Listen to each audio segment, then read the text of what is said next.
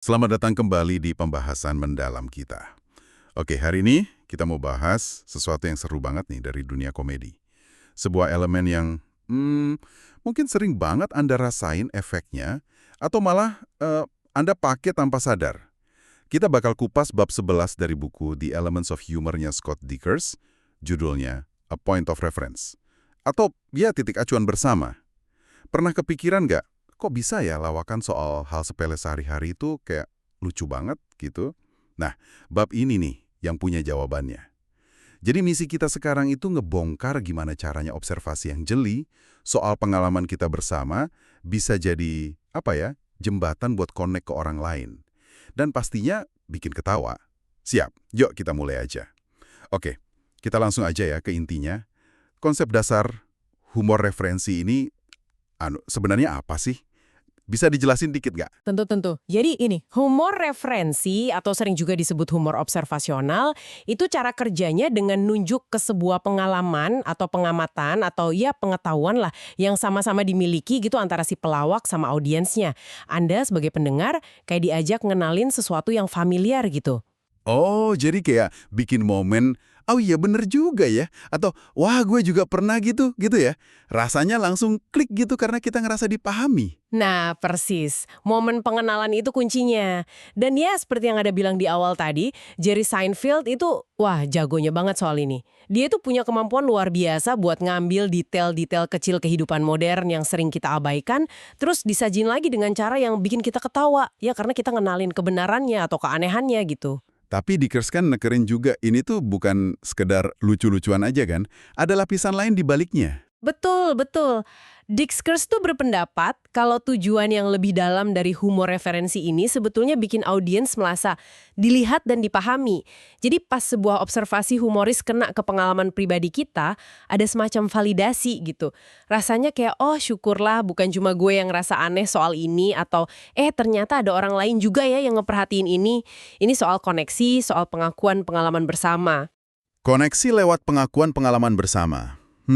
Menarik ya. Tapi kalau gitu, berarti semua pengalaman bersama bisa dong jadi bahan humor. Gimana cara milih referensi yang pas? Dickers pasti ngasih tahu caranya nih. Iya, pasti. Dan di sini nih seninya, nemuin sweet spot atau titik acuan yang pas itu, wah, penting banget. Dickers ngingetin, referensinya itu nggak boleh terlalu jelas atau terlalu umum. Misalnya bilang, kalau kerja seharian malamnya capek ya. Ya ampun, itu dangkal banget. Semua orang juga tahu, nggak ada kejutan, nggak ada sudut pandang baru yang menarik. Humornya jadi ya hambar aja. Oke. Jadi jangan terlalu jelas. Nah, terus kalau kebalikannya gimana? Terlalu nggak jelas gitu? Nah, kebalikannya juga sama, nggak efektif. Referensi nggak boleh terlalu kabur, atau terlalu spesifik buat kelompok kecil banget, kecuali emang niatnya bikin in-joke ya, nanti kita bahas deh. Atau terlalu teknis, Dickers kasih contoh pakai istilah ilmiah kayak api jenin gitu dalam konteks umum. Kalau audiens nggak ngerti itu apaan, ya gagal total referensinya, nggak ada titik temu, nggak ada pengenalan bersama. Jatuh aja gitu lawakannya, karena dasarnya nggak dipahami. Jadi sweet spotnya itu ada di tengah-tengah gitu ya. Sesuatu yang cukup kita kenal tapi mungkin belum pernah kita omongin gitu. Tepat. Idealnya itu sesuatu yang mungkin pernah lewat di pikiran Anda, sesuatu yang Anda kenali pas disebutin, tapi belum pernah dipikirin banget atau diungkapin pakai kata-kata. Seringnya ini nyangkut ke kebiasaan-kebiasaan kecil kita yang nggak sadar, kelemahan manusiawi yang ya semua orang punya lah, atau keanehan dalam interaksi sosial dan budaya kita. Kuncinya, nih kata Dickers, observasi yang orisinal jeli dan nawarin perspektif yang segar gitu ke sesuatu yang sebenarnya udah kita tahu tapi belum sadar. Observasi orisinal dan jeli, kedengarannya butuh kepekaan khusus ya. Ini bisa dilatih nggak sih? Oh, bisa banget. Dickers ngegambarin gimana komedian pro itu terus-terusan ngasah kepekaan ini. Mereka nggak cuma ngandalin ilham, tapi aktif nguji materi mereka. Mereka tampil di klub komedi, nyobain macam-macam referensi di depan audiens beda-beda, lihat mana yang kena, mana yang enggak. Prosesnya bolak-balik gitu, kayak riset lapangan lah.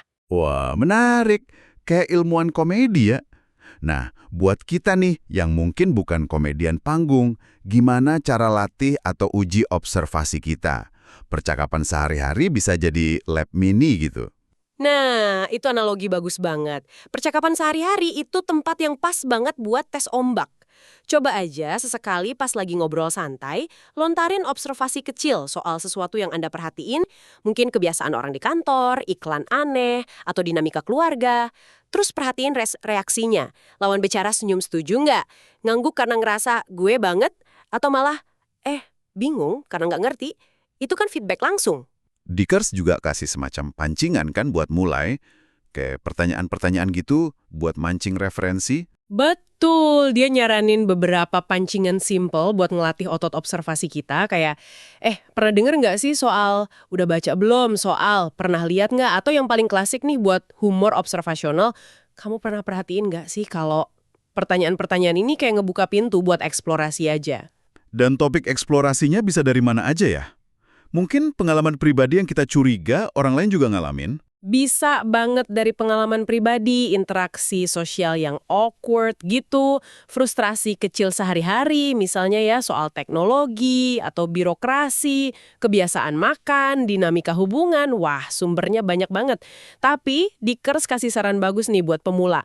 Mulai dari topik yang relatif aman dan universal aja dulu. Sesuatu yang ringan, gampang nyambungnya, simpatik, dan nggak terlalu kontroversial.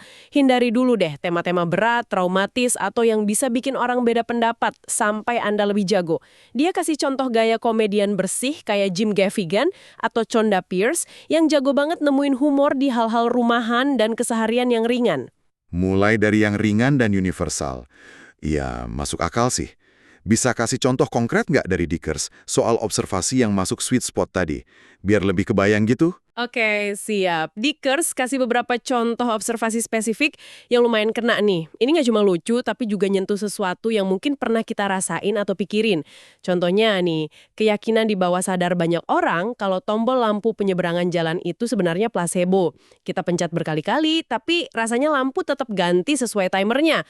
Tombol itu kayak cuma ngasih ilusi kalau kita punya kontrol. Pernah ngerasa gitu nggak pas nunggu di zebra cross? Iya, itu sering banget kepikiran. Rasanya sia-sia, tapi tetap aja dipencet terus. Oke. Contoh lain. Lebihin ya, ini nanti contoh hiperbola. Kalau pria dan wanita itu dasarnya terlalu beda buat hidup bareng harmonis, mungkin lebih pas kalau hidupnya kepisah aja, kayak di ruang ganti gym. Ini kan nyentil stereotip dan dinamika gender, tapi caranya bikin geli gitu. Atau yang lebih simpel tapi relatable banget, kebiasaan kita otomatis minta maaf pas nggak sengaja kelewat telepon dari orang. Dickers nanya, ngapain minta maaf, emang kita wajib selalu siap jawab telepon? Ini nantang norma sosial kecil yang kita ikutin tanpa mikir kan? Itu juga bener. Kadang refleks aja bilang maaf. Satu lagi deh mungkin. Oke, satu lagi ya. Observasi soal ulasan produk online. Kita sering banget ngandelin itu buat mutusin beli barang. Tapi Dickers ngingetin, yang nulis ulasan itu seringnya bukan ahli, tapi ya orang bodoh biasa kayak kita juga. Yang mungkin seleranya beda, kebutuhannya beda. Ini nyentil ketergantungan kita sama opini anonim di internet. Dan ya rentan juga kan? Ada juga soal kecenderungan orang ngisi momen hening pakai basa-basi. Padahal kadang kita cuma pengen nikmatin tenangnya suasana. Dickers bercanda pengen bilang, "Shh, diam dong, gue lagi nikmatin momen hening nih." Wah, contoh-contohnya emang deket banget ya rasanya. Momen pengenalan iya juga ya. Itu kuat banget emang. Tapi ini jadi bikin mikir potensi jebakannya nih.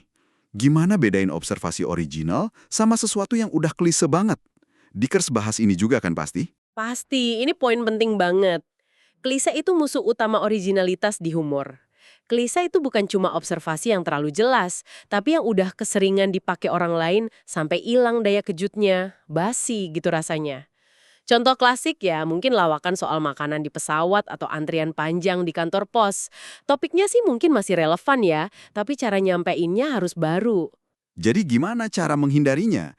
Ada aturan mainnya gitu? Aturan utamanya, kata Dickers, jangan pernah ngulang lelucon atau susunan kata-kata spesifik yang pernah Anda dengar dari komedian atau penulis lain, seolah-olah itu punya Anda.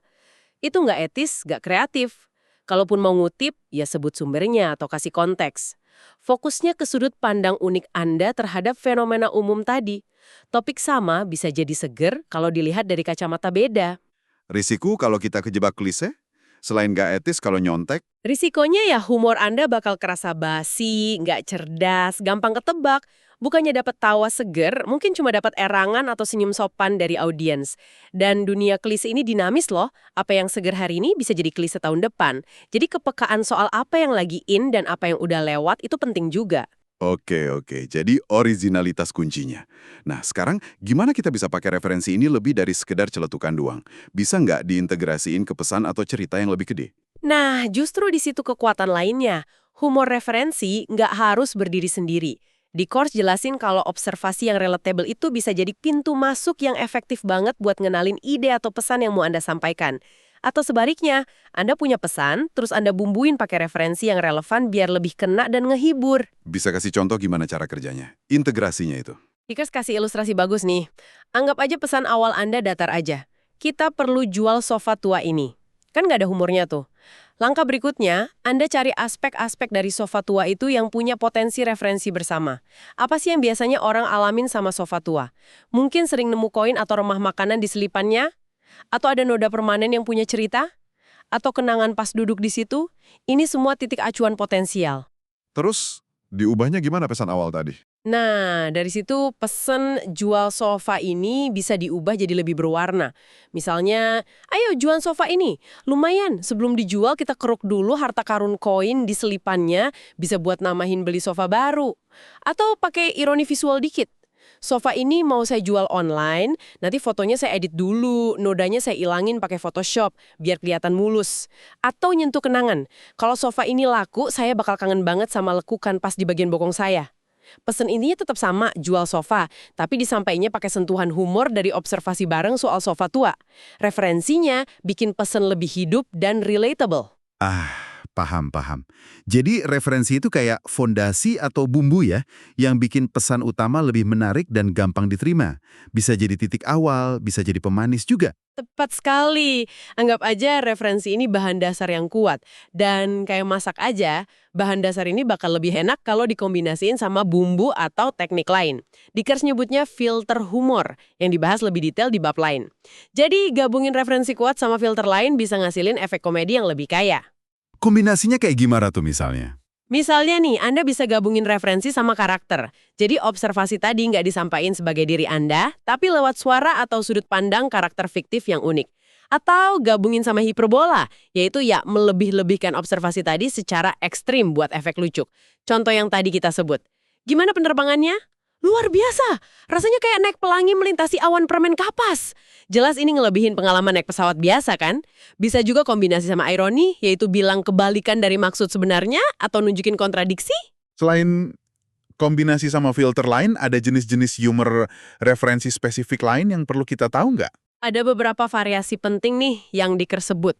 Pertama, in-jokes.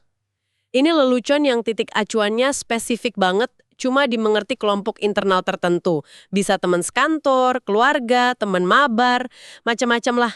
Ini efektif banget buat bangun keakraban dan rasa eksklusif di kelompok itu, tapi ya jelas gak bakal lucu buat audiens di luar lingkaran itu.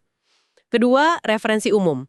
Ini kebalikan in-jokes. Ngerujuk ke hal-hal yang diketahuin luas sama masyarakat, kayak cuaca, berita baru, film populer, skor pertandingan. Referensi jenis ini seringnya butuh tendangan ekstra dari filter humor lain kayak hiperbola, ironi, atau sudut pandang karakter, atau detail observasi yang lebih spesifik biar nggak datar. Cuma bilang macet ya hari ini doang kan belum tentu lucu. Ketiga, teknik yang populer banget dan efektif, callback. Ini pas orang komedian atau pembicara ngerujuk balik ke lelucon, observasi, atau frasa lucu yang udah pernah disebut sebelumnya di penampilan atau obrolan yang sama. Audiens yang udah kenal sama referensi awal biasanya bakal ketawa lebih kencang pas diulang di konteks baru.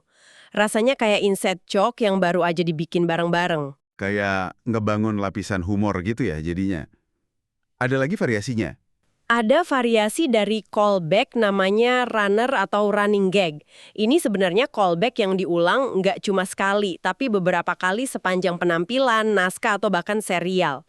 Kalau dilakuinnya pinter dan timingnya pas, runner bisa jadi salah satu sumber tawa paling memuaskan buat audiens karena mereka ngerasa ikut dalam perkembangan lelucon itu. Wah, kompleks juga ya ternyata dunia humor referensi ini. Jadi, kalau kita tarik benang merahnya nih dari bab 11 ini, intisarinya apa dong?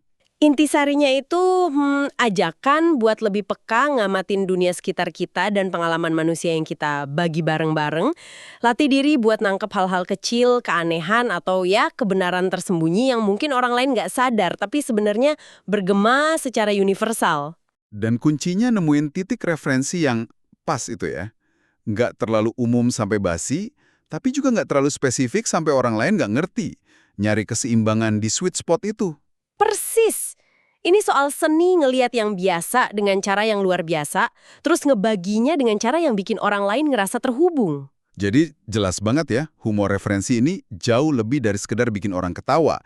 Ini soal bangun jembatan empati, soal validasi pengalaman, soal ngerayain keunikan sekaligus kesamaan kita sebagai manusia lewat pengamatan bareng. Ternyata ngerasa dipahami itu punya potensi komedi yang gede banget ya. Anda ngerangkumnya pas banget. Kekuatannya emang di situ. Kemampuannya nyentuh sesuatu yang fundamental di diri kita, sesuatu yang bikin kita ngegumam dalam hati, ternyata bukan cuma gue. Ini pengingat aja sih, kalau dalam detail-detail kecil kehidupan yang kadang aneh dan lucu ini, kita semua sebenarnya saling nyambung kok. Nah, sebagai penutup nih, mungkin ada satu tantangan kecil atau pemikiran buat Anda bawa pulang. Coba deh nanti atau besok pas lagi beraktivitas, sengaja perhatiin satu aja observasi kecil soal perilaku orang, situasi sosial, atau bahkan kebiasaan Anda sendiri. Sesuatu yang mungkin rasanya sepele, tapi Anda punya firasat, jangan-jangan orang lain juga begini. Terus coba renungin.